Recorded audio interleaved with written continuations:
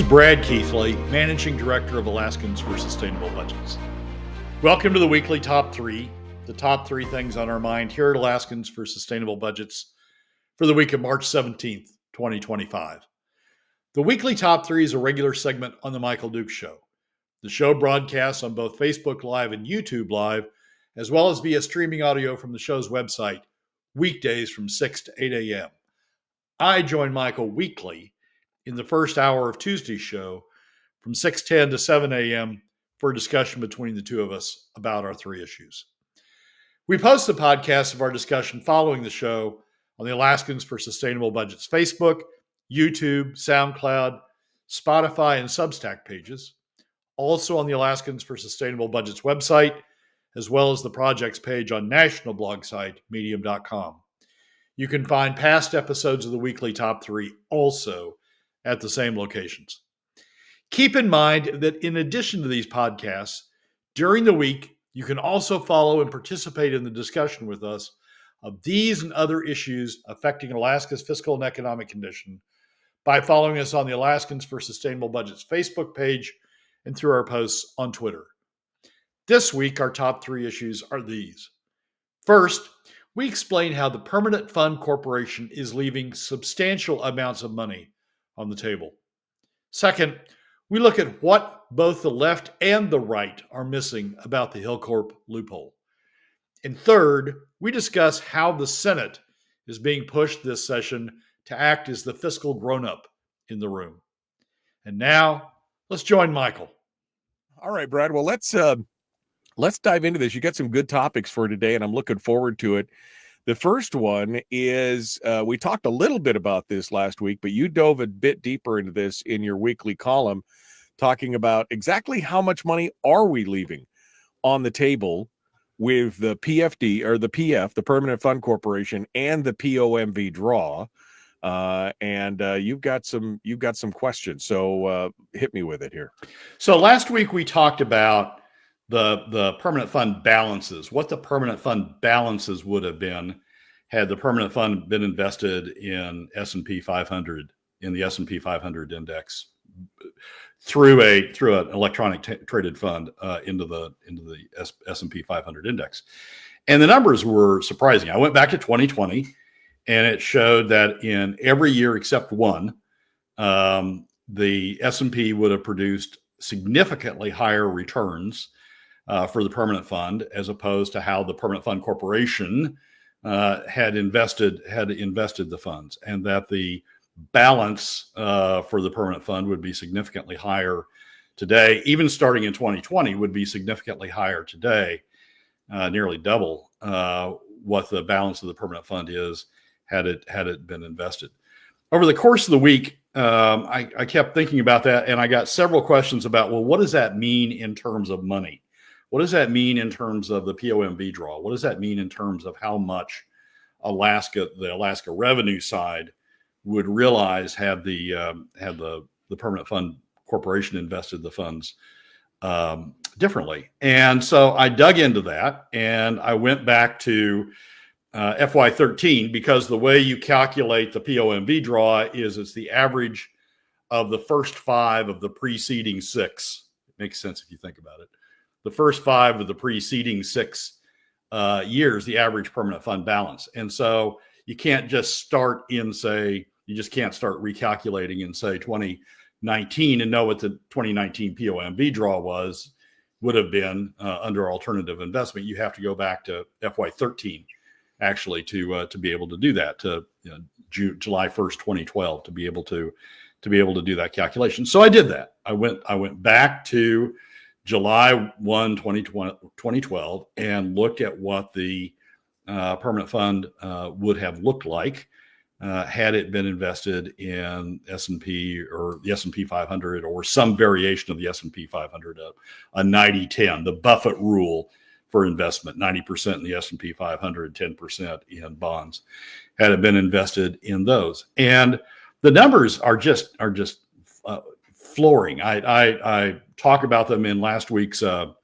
landmine column for people who want to dig into the details, but the numbers are just jaw-dropping. I mean, the So we started in on July 1st, 2012, the beginning of FY13, with the same balance as the permanent fund had, and said, okay, up to then, everything's the same.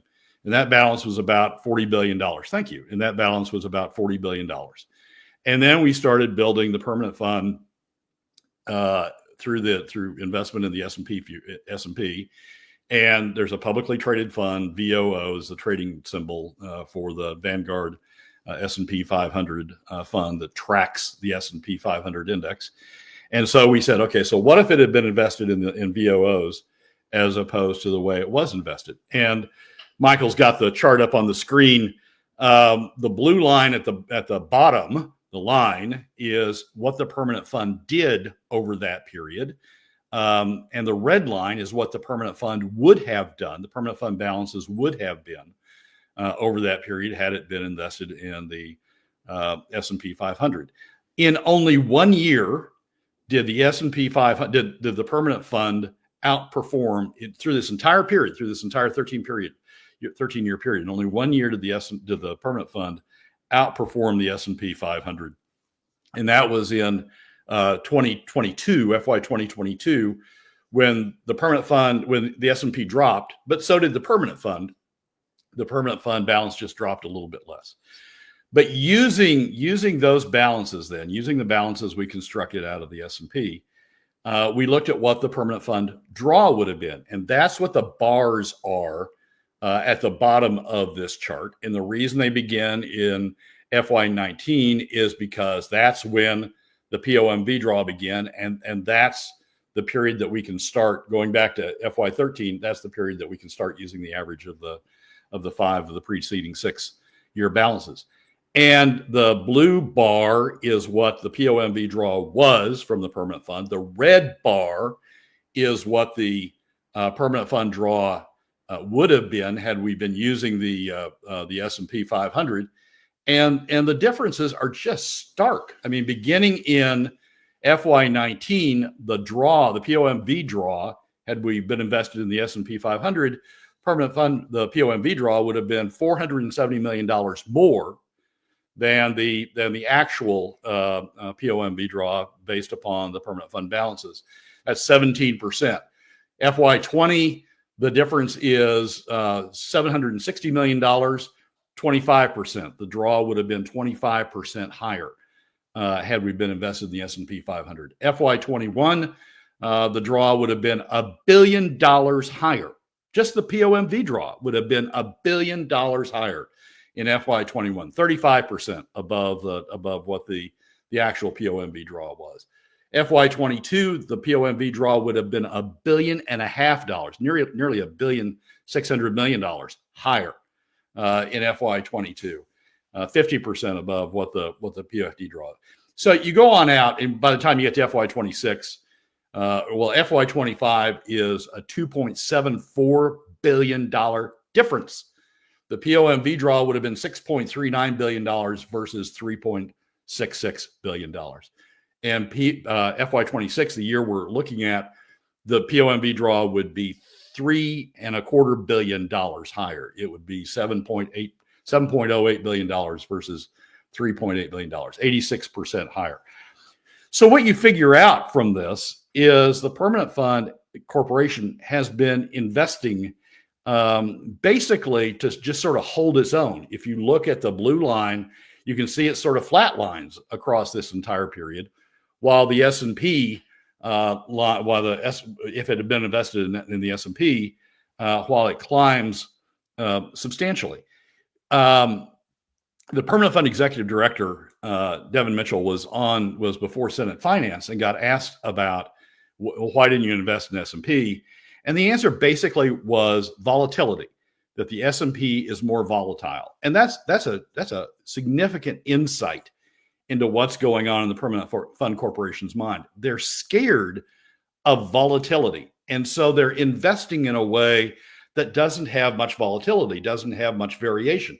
And what you're getting out of that is that flat line, the blue flat line that crosses all those years without much significant growth. They're just sort of holding their own. And they're paying something like $860 million this 12-month period just ended at the end of December.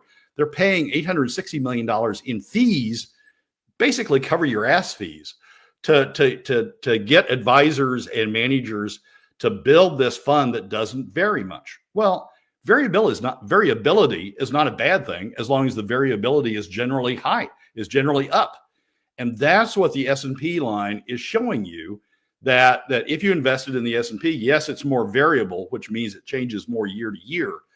But the volatility has been up, with the exception of 1 year. And even then, when the S&P corrected down by 10% in FY22, it still stayed significantly higher than the permanent fund corporation level. And this is part of why this number flatlines, the permanent fund corporation flatlines. Instead of paying $860 million in fees, like the permanent fund corporation is doing to cover your ass, managers and advisors to tell you how to avoid volatility, all you would pay in fees for investing in the S&P 500 through VOO, through the Vanguard S&P 500 ETF, all you would pay in fee is 0.03%. And that 0.03%, even at the much higher balance that we're showing in FY25 and FY26, that 0.03% would be $50 million in fees, compared to the $860 million that the permanent fund corporation has invested. So what I think we've done with the permanent fund corporation is we said, look, we want you to be riskless. We want you to take no risk. We want you to keep the fund growing a little bit, but we'll tolerate a loss of return to avoid volatility. And the consequence of that is that we've foregone these higher returns. If you look at FY25, that $2.74 billion difference in the POMV draw would have been more than enough, not only to pay a full PFD without really breathing hard, but also to cover additional expenses like we're hearing now about deferred maintenance and about additional K through 12 spending. We're leaving money on the table the way the permanent fund corporation is managing the permanent fund. And to my knowledge, we've got no one looking at it. I mean, what you have a revenue commissioner for in government is to look after revenue. He's not supposed to be looking after other things. He's supposed to be looking after revenue. And when you look after revenue, you're supposed to be looking at things like, am I getting the full return from oil that we should be getting? Am I getting the full return other places? If I need more revenue, where would be the efficient and equitable way to get more revenue? One of the things the revenue commissioner should be looking at is this very thing. He should be looking at, is the permanent fund corporation producing the kind of returns that we could get off this money? Are they producing the type of POMV draws, the type of revenue generation that we could be getting off this money? To that end, the revenue commissioner sits on the permanent fund board by statute. The revenue commissioner has a seat on the permanent fund board. But our revenue commissioner has been asleep at the wheel on a number of things, but this is certainly one of them. And I think this is just shocking when you look at the revenue being left on the table by the way in which the permanent fund corporation is investing. I'll go so far. One more thing. I'll go so far even to say, I think this is a 2026 election issue. Look at that. I mean, that's $3 billion being left on the table. And I think somebody in 2026 running on replace the permanent fund board is going to get a lot of traction when you start talking about the numbers that are being left behind. Well, and the other thing, of course, that exacerbates this is they keep patching all these rosy projections into what the permanent fund is going to earn, and it's not earning what they're projecting. What they're saying is a standard projection. Whereas, I mean, you're talking about, the current $80.46 billion value of the permanent fund and the $188 million value of the Vanguard fund just shows you how far they're $108 billion apart after only 10, 12 years. I mean, that's a real problem. And it's not that I want to give more and more money to government, which is what this would have done, but we would at least not be fighting, I think, about some of the things that we're fighting about right now. Oh, we wouldn't be fighting about the permanent fund dividend. This would cover the permanent fund dividend, the statutory permanent fund dividend easily. Rob Myers says in the legislature, we're talking about how the opposite. We're saying the draw rate is too high and encouraging the permanent fund board to invest too aggressively is what they're saying right now. I mean, you wouldn't even have to just invest it. Have one guy going, yeah, we'll invest it all in the S&P 500 and we'll just be fine. I mean, wow. That's what Nevada does. The Nevada PERS, the public retirement system, their public retirement fund down there, they invested in ETFs. They invested in electronic traded funds, the low charge, low fee funds, and they've got a lot of it invested in S&P. And they got one guy running it, and one person doing the books. That's their entire administrative costs, and they're producing returns not as high as this because they don't have it all invested in the S&P 500, but they're producing returns significantly higher than what the permanent fund's returning. I get that people are cautious. I get that people are don't want to risk the money and don't want to incur volatility, as if that's a nasty word. I get that. But what it's done is it's leaving money on the table. It's paying a huge amount in fees. I mean, we're paying 1% in fees compared to the 0.03% we would be paying using an ETF. We're paying huge amount in fees, and we're getting like zero returns. In fact, or very low returns. In fact, the reason we're having this whole discussion about merging the earnings reserve, and that's how I got into this issue. The reason we're having this whole discussion about merging the earnings reserve and the permanent fund corpus is because the permanent fund isn't generating enough money, even enough money to cover the 5% POMV draw. And so the sense is, we need to merge those two funds so we can start drawing from the corpus, so we can keep the 5% draw going, even when the permanent fund is not generating enough in earnings to cover the POMV draw. This would have solved that problem in spades had we been going down this track. I've got to admit that, like everybody else, I've been one of the ones that has said, we need to manage the permanent fund cautiously. But this isn't incautiously. Look at the 13 years. Only 1 year have we had a significant decline in the S&P, and that was more than offset by the growth in the S&P up to that point and the growth in the S&P after that point. So this isn't incautious. Yes, it's more volatile in the sense that the variation around the median is more active. But when you have a low volatile fund, when you're not investing for growth, you're just investing to avoid volatility. You get what the blue line's showing. You get this sort of flat line that goes across time. Yeah, you haven't lost much, but you haven't grown it. And the consequence of not growing it is you're not getting the POMV draw. The consequence of not getting the POMV draw is we're cutting the PFD instead. We are talking about years of foregone deferred maintenance that we haven't kept up with. We're talking about K through 12, and we're talking about high fees on the permanent fund to maintain this sort of steady, non-volatile, flatlined existence. We need to, as I say, I think a 2026 campaign slogan of "Replace the Permanent Fund Board" is going to be something that if they don't get this under control, and I doubt they do, if they don't get this under control, something we're going to see in 2026. When you look at these numbers, it's unavoidable. Well, and what really hits my attention here is that even with the supposed volatility, we're talking about the drop in 22 and things like that. I mean, the permanent fund lost about $5 billion, just over $5 billion, and the S&P fund lost about $19 billion.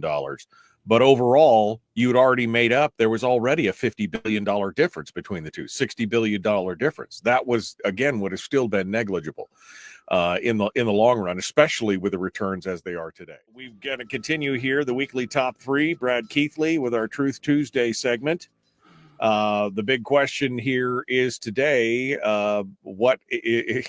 I've seen a lot of this hate that's come out for Rob Yunt over this discussion on changing the S Corp, C Corp, LLC designation for oil companies. And there's been a lot of hand wringing. There's a lot of discontent, I guess I should say, on the right over Rob bringing this up. I, for one, am fine with it, but there's a lot of folks out there that are doing it. What are the left and the right both missing on this discussion of this Hilcorp, the Hilcorp rule, or the loophole, as you call it, for the taxation on oil corporations, Brad?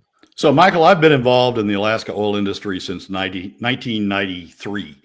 And by my calculations, that's something like 32 years that I've been in the industry in one way or another, either directly in the industry or for the last 10 years, sort of monitoring it in terms of numbers and calculations, and in terms of the proposals that come before the table. There are several truths, consistencies over that 32-year period. But one of them is that the Alaska revenue system from petroleum is four-pronged. One is production, one is royalty. That's been consistent over the entire 32 years. The second is that all producers have paid royalty for production from state lands. The second is that there's been a production tax of varying types over that period, but there's been a production tax throughout that period that all producers, regardless of whether it's state or private or federal lands, that all producers have paid into. The third is that there's been a petroleum property tax that's shared with the boroughs, but the state takes a share of the property of a tax calculated on the property invested in petroleum plant and equipment. And the fourth has been there's been a corporate income tax on petroleum companies consistently across that entire period. It's a four-pronged approach. And the reason you have a four-pronged approach, the reason any tax system has more than one way of calculating taxes is sometimes one of the measures goes way up. When you're in a high investment period, for example, the property tax will go up high. Sometimes the numbers will go way low. For example, when oil prices drop, the royalty will go way low. Sometimes, because you want to change the petroleum tax, you want to change the incentives, as we did with ACES in 2006, and as we did, or 2007 rather, and as we did with the current SB 21 in 2013. Sometimes because you want to change the incentives, what you're encouraging producers to do, you'll change the petroleum tax. Sometimes the severance tax, and sometimes that'll cause it to go up, and sometimes it'll cause it to go down. Sometimes it'll cause it to flatline, even though oil prices are going up. And so you've got those variations. The corporate income tax has always been sort of a net profits share that Alaska has shared in the net profits through the corporate income tax, has shared in the net profits of the petroleum corporations operating in Alaska. It's been consistent since way before 1993, way before I came on the scene, but it's been consistent since the time that I've been involved. And it is a not insubstantial, this sort of net profits tax is a not insubstantial source of income. If you look at, for those who are really interested in this sort of stuff, if you go to the spring revenue forecast and you look at Appendix A3, which has the breakdown of the petroleum revenue by category, you'll see that petroleum corporate income tax is the third largest source of income projected, over the last 10 years and projected over the next 10 years. The oil and gas royalties are first, projected over the next 10 years are first. Production tax is second, but close behind production tax. And in fact, even with production tax, if Hilcorp were paying the corporate income tax, even with production tax, would be the corporate income tax. And again, It's a four-pronged system to get at petroleum revenue in different ways to make sure the state is getting its share of what those petroleum revenues are. It's not a new system. It's not something we're trying to apply for the first time. It's not something we're trying to penalize a company with. It's been been a basic fundamental part of the overall petroleum system for the last 4 years. Now, the thing about it is the corporate income tax part, the petroleum corporate income tax part, is built in part on the basic corporate income tax. As a convenience, when they were building the petroleum corporate income tax, they used the basic corporate income tax as a starting point and then built various widgets on that corporate income tax to calculate the petroleum corporate income tax. And so it's built on the corporate income tax in part, but it's not, I mean, when people think about it as a corporate income tax, it's not that.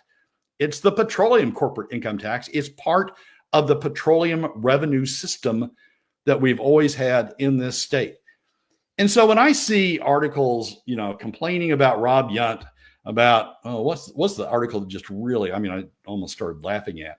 Marcy Sowers, Senator Yunt talks like a tax-loving social justice warrior, not a conservative. When I see articles like that, I just break out in laughter. It has nothing to do with social justice warrior, tax-loving it has nothing to do with that. It has to do with restoring the petroleum corporate income tax as it applies to Hilcorp in the same way that the damn tax has been there since before 1993, since before I came on the scene. It is to make sure that fourth prong of the petroleum revenue system applies to Hilcorp in the same way that it applies to everybody else. That the revenue, the net profit share, if you will, from Hilcorp's income in the state is being taken in the same way it's being taken from everybody else. It isn't a tax-loving social justice warrior. It's somebody who's trying to restore the system, conservative, who's trying to restore the system to what it's always been, so we don't have to go tax somebody else to make up the difference for the hole that's being blown in the petroleum corporate income tax. The only reason that hole's being blown is because, as I said, the creators, the fathers of the petroleum corporate income tax system, based it on the corporate income tax system as a convenience and sort of built from there. The only reason that we've got this problem with Hilcorp is they've come into a way in the corporate income tax system that isn't captured by the base corporate income tax system, and so it's not captured. We're not building on top of that into their share of the petroleum revenue. They've come in a side door in a way that sort of takes out the base on which the petroleum corporate income tax is built and has allowed them to escape the petroleum corporate income tax. And that's fine. But it is a problem it's a problem that creates a hole in the petroleum corporate income tax system, that fourth prong. One other thing, Larry Persily, the right, I think, is just cuckoo on this issue. I think they're just making up crap to complain about. The left is off in their own world. Larry Persily writes an article, an opinion piece in the ADN that says Alaska needs to fix its tax problem, all of it.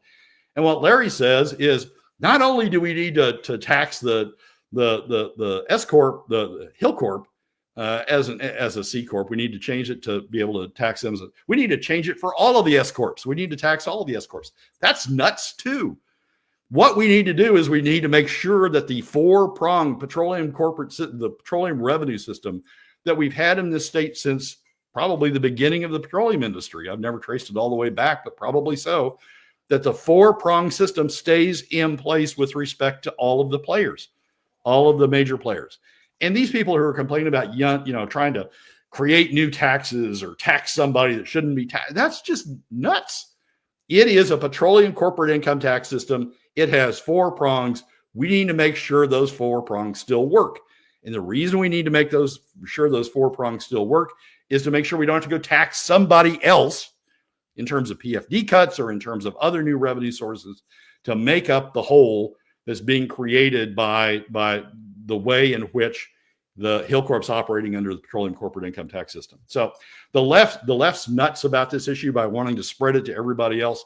The right's nuts about this issue, about wanting to complain about Senator Yunt trying to bring the petroleum corporate income tax back together again so it can operate in the same way it's operated since at least 1993 when I first got into it. Well, it's interesting because I would think that as we're not thinking about this in the right way, we're not thinking about this as owners of the resource.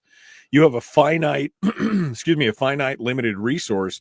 And as an owner, you want to get the maximum yield out of it that you can while you're going on. And yes, it's not, it wasn't anything bad that Hilcorp did. They just took advantage of an existing law. If it's not equitable and you're not receiving your fair share as an owner, as a resource owner, you should be looking at that. Absolutely should be looking at that. And that's the problem. They're not looking at it as owners. They're looking at it from a philosophical standpoint of taxes are bad. I agree. I don't like taxes, but as an owner, if I had my own oil well, you damn well better be sure that I was going to be getting all my fair share of that, of my resource that I am allowing you to take out in that way. And that's the thing people are missing. We've got a 4-pronged system that do that. Some people think, oh, it's just royalty. Some people think, oh, it's just royalty production tax. Some people think, oh, it's just royalty production tax and property tax. But it's a 4-pronged system. We've built it. If we hadn't built it that way, if we built it as a 3-pronged system, those prongs would be bigger. They would take more because we wouldn't be collecting a piece of it through the petroleum corporate income tax. And so what we've done is we've created a balanced system that sort of operates through time. As some pieces go up, other pieces go down. As some pieces sort of flatten out, other pieces grow. And you've built this system to sort of, over time, deal with the revenue source. You take a fair share of the revenue source from the petroleum companies. The petroleum corporate income tax is a key piece of that, especially during the next 10 years. During the next 10 years, the production tax declines. Or even though production's growing, the production tax declines because of the way SB 21's set up. And so what helps offset that in the big scheme of things, the way we've set things up, is the corporate income tax. Because that produces higher profits, the corporate income tax takes a higher share of the net profits out of the corporations to sort of offset the decline that's going on in the production tax. And now we're just saying, yeah, we got a wheel off the bus. We're just going to leave the wheel off the bus. So we got this 3-pronged bus going down the road. Bad thing. That's why I think these folks are missing it, Brad, is that they're not looking at it through the eyes of, I could see where they're coming from, the people on the right. I could see where they're coming from in the fact that, lowest taxes are the best plan and, taxation is theft. And I get all that. But as an owner, if I'm owning something and I'm looking at it, I want to get maximum yield for my limited non-renewable resource. I want to get the most that I can out of it. And if somebody has slipped through and we missed something, and S-corps weren't even a thing back in the day, so that's how it got through. There's no blame on Hilcorp. They're just taking advantage of the system as it's written currently. It just makes sense as an owner to go back and revisit that. To me, I don't see this as being, again, I'm not a fan of taxes, but if it is my resource and I'm trying to get the maximum yield out of it that I can, that just makes sense. I don't understand all the fervor over it. And they've built, we've built this system as a 4-pronged system to get at property, to get investment, to get at production, to get at the benefits of production as you produce, to get the royalty share, our ownership share as it's produced, and as an integral piece of the whole system, the petroleum corporate income tax to get at net profits as a part of the part of the share. It's a whole system that's 4-pronged that gets at our fair share, as you're discussing it, from the resource. And we've got this one piece of it that's gone amiss because of the way it was built, because it's built on the foundation of the corporate income tax, not because Not because we decided that we didn't want a petroleum corporate income tax from Hilcorp, not because we decided that somehow we needed to incentivize Hilcorp by having a different petroleum corporate income tax apply to them to everybody else. Just because of the way we built the petroleum corporate income tax on this base of the corporate income tax, that's the reason they're getting out of it. It's not because anybody said, oh, they don't need to pay petroleum corporate income tax. Of course they do. That's one piece. That's one prong of how we get our share of revenues from the oil companies. And for people to say, for Marcy Sowers, who I don't know, and probably is a great person, but that headline is just outrageous. For them to say that somebody trying to get that piece back together again, get the 4-prong system back together again, is a bad person, a social justice warrior, is just outrageous. That's not what Rob is doing. Rob has been, up until the time he stepped off of the bill for whatever reason he did. Rob has just been trying to, keep the existing system going. And I think that both the left and the right have lost their minds about this. It's a technical thing. It's a technical detail. We've built the 4-prong petroleum revenue system. One prong has been sprung because of the base that it was built on. We just need to go back and get that prong back in, so we continue to have a 4-prong system that's applying to the total revenue, the total oil flow that's occurring in the state. It's interesting to watch them. The feeding frenzy over this bill.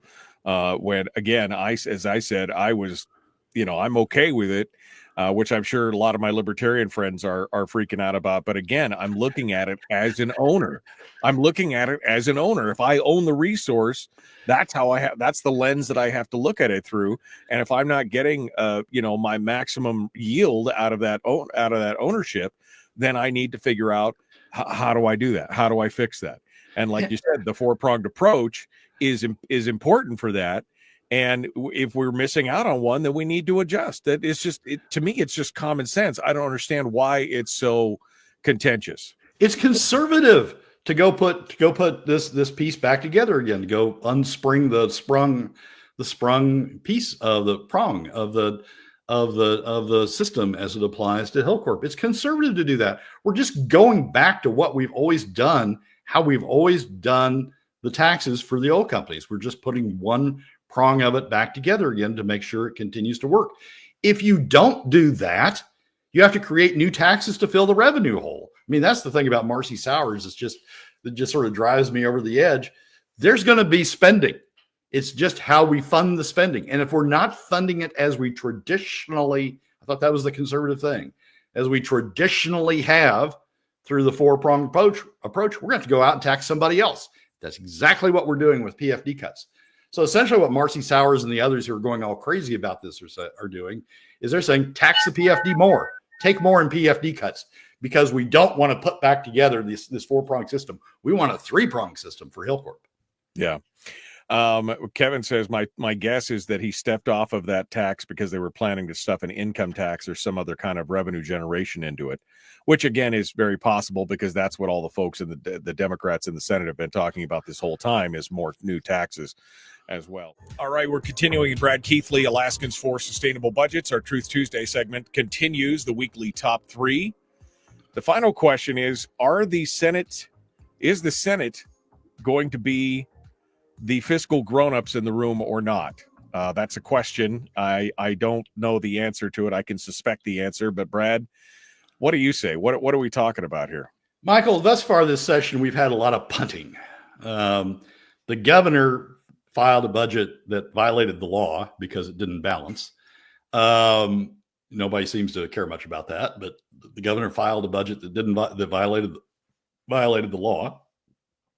Had a budget that balanced only by pulling down the CBR, and then once you went out a couple of years, the CBR was gone because we'd pulled it all out, and he had big zeros, big red marks on out in the future. So he just basically punted. He said, "Look, I'm not going to try to be fiscally sound here, or fiscally conservative, or fiscally sustainable, or fiscally anything. I'm just going to throw you a budget and throw it into the room, and just you guys do something with it." And now the House has done the same thing. I mean, the House has passed the K through 12 bill at least, without knowing how the hell they're going to fund it. House passes education bill with $1,000 BSA increase as state's fiscal situation grows bleaker. That was the Juneau Empire. The Anchorage Daily News, Alaska House advances school funding boost over doubts about its costs. It just goes on and on and on. And then we're getting other stuff on top of it in terms of school maintenance. And it's just, I mean, these two branches of government, the governor in the first place with his budget and the House in the second place, are just not dealing with reality. They're just throwing it all down the road. The governor threw it into the House. The House is just throwing it into the Senate, an unbalanced budget into the Senate, saying, we don't know how we're going to fund this. You guys figure it out. And the question is the Senate going to be responsible? Is the Senate going to be the grown-up in the room and finally come to grips with these issues that everybody else is refusing to deal with? They say they are. I mean, they say they've got proposals to deal with it. You've got the bill supported by the entire Senate Finance Committee that would reduce the PFD down to 2575 statutory, and may uses the magic word may, but would theoretically reduce the PFD down to and hold the PFD at 2575. You've got Stedman saying that, we're going to cut the K through 12 increase down to $600 and some odd million. When it gets over to us, and that's going to be a piece of balancing the budget. But even after all that, we've still got this huge deficit, $500 million deficit that's going to sit in the budget. And the question is the Senate, because the House isn't going to do it. The House essentially says take it out of the PFD, cut the PFD down to $750 million or $750 per PFD or something like that to balance it. The House isn't going to be fiscally responsible. So the question really comes down to, is the Senate going to be fiscally responsible? And here's what it's going to take for the Senate to be fiscally responsible. They're going to have to do some cutting. The $650 BSA increase that they've talked about instead of the House $1,000 PFD or $1,000 BSA increase is part of that. They're going to have to deal to some degree with deferred maintenance because they're the ones bringing it up, and do something with the dollars there. But they're also going to have to come up with some revenues. And even if you would accept, which I don't, that it's fair and equitable to come up with, to use 2575 as the split on the PFD, the split for the PFD, 25 to the PFD, 75 to government. Even if you accept that, they still have a big hole. So they're going to have to come up with some revenues. Closing the Hilcorp loophole, restoring the four-prong, for those who didn't hear the second segment, go back and listen to it again, restoring the traditional four-prong corporate revenue, petroleum revenue approach. That's going to have to be part of it. And that'll get you some of the way there. Going back and looking at SB 21, as we've talked about on the show previously, adjusting SB 21 to get back to the same overall percent of the gross that we've had the past decade. We're not talking about changing the revenue that SB 21 produces. We're just talking about getting SB 21 in this environment that it's in over the next decade, getting it back to the same percent of gross, overall percent of the gross that we had just this last decade, the first decade of SB 21. That's going to need to be part of it. And maybe we squeeze by with just that. And maybe they can get out of town with a balanced budget just by doing that. Cuts, closing the Hilcorp loophole, and revisiting SB 21 and readjusting it in the new environment we're facing over the next decade and getting it back up to the same share of the gross that we've had over the last decade. Maybe they can get out of town with that. But that's just getting them out of town this year. As you look at SB 21, as you look at the production tax from SB 21, it goes down. Even as production is rising, it goes down because of the incentives on top of incentives on top of incentives on top of incentives, kicking in a way that I don't think anybody contemplated when it was passed, kicking in over the next decade. So you're going to have to fix that and get that back up to the same share of the gross.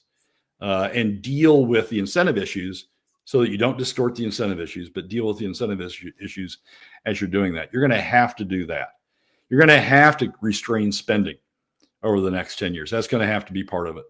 And you're going to have to deal with how you're going to get personal tax or a personal tax, whether it's a PFD cut, which is a personal tax, or an income tax, or go back to Ben Carpenter's brilliant, I want to say this about 20 times, brilliant, broad-based, hugely broad-based, ultra broad-based sales tax, which took very little from anybody, but by taking it from everybody, built into some revenue. Whether it's going back to that, they're going to have to deal with that. The House, the governor just isn't going to deal with it. The governor has refused to deal with it. He's out traveling. I don't know what he's doing, but he's not being governor. The Senate just wanted to please all of its constituencies and pass spending on top of spending on top of spending. So the Senate's going to have to kick in and be the adult in the room.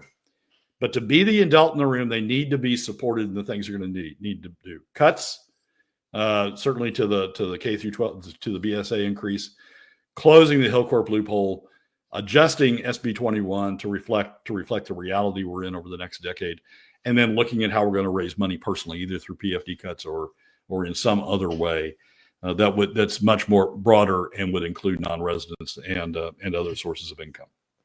The interesting part about this discussion for today in this segment was the fact that they're now talking about these maintenance, school maintenance funds and things like this. But again, how much of this lays back on the school districts who have been deferring the maintenance on these things for years? I mean, this has always been a pet peeve of mine, the deferred maintenance. And now they go to the state and say, well, now we're in trouble. Now we need it. Now we need the help. And Jesse Keel actually is even quoted in this article saying that he wants to lift the moratorium on the school bond debt reimbursement. How are we going to pay? I mean, again, there's the who pays thing. Nobody seems to be asking that question. It always seems to be going on like, oh, don't worry, the money will always be there. We'll be fine. A minute, Brad. Well, deferred maintenance is huge in and of itself. I mean, this is sort of the first time we've talked about it. We may talk about it in subsequent shows, but the standard 3% that the Department of Education applies, that would be $330 million a year at current values. So it's huge. I mean, if we talk about bringing deferred maintenance back in, that's a huge chunk to the budget. Yes, the school district should have handled it. Yes, the state should have handled it before now. But we got school districts we got school buildings falling apart that we're going to have to deal with. You're wrong, MD. Brad just said it was the governor's fault. I mean, it's a combination of both the governor, not putting it into his budget, these deferred maintenance plans, and the legislature doing their things as well. I mean, the legislature the school boards, they've been pushing this stuff off forever. What the heck? You knew it was coming. And then they look to the state like, well, bail us out, daddy. That's what they keep coming back to. Yeah, so it goes both ways. I mean, so deferred maintenance is supposed to be a separate line item. The state has a responsibility. I mean, the state has a responsibility by statute for deferred maintenance. And so the school districts put in projects and the state's supposed to fund them. The state hasn't funded them, so they haven't set the money back to the school districts. Now, the school districts would have had the discretion, to take the money that has come back to them and use part of it to cover the deferred maintenance. They could have allocated a part of it themselves.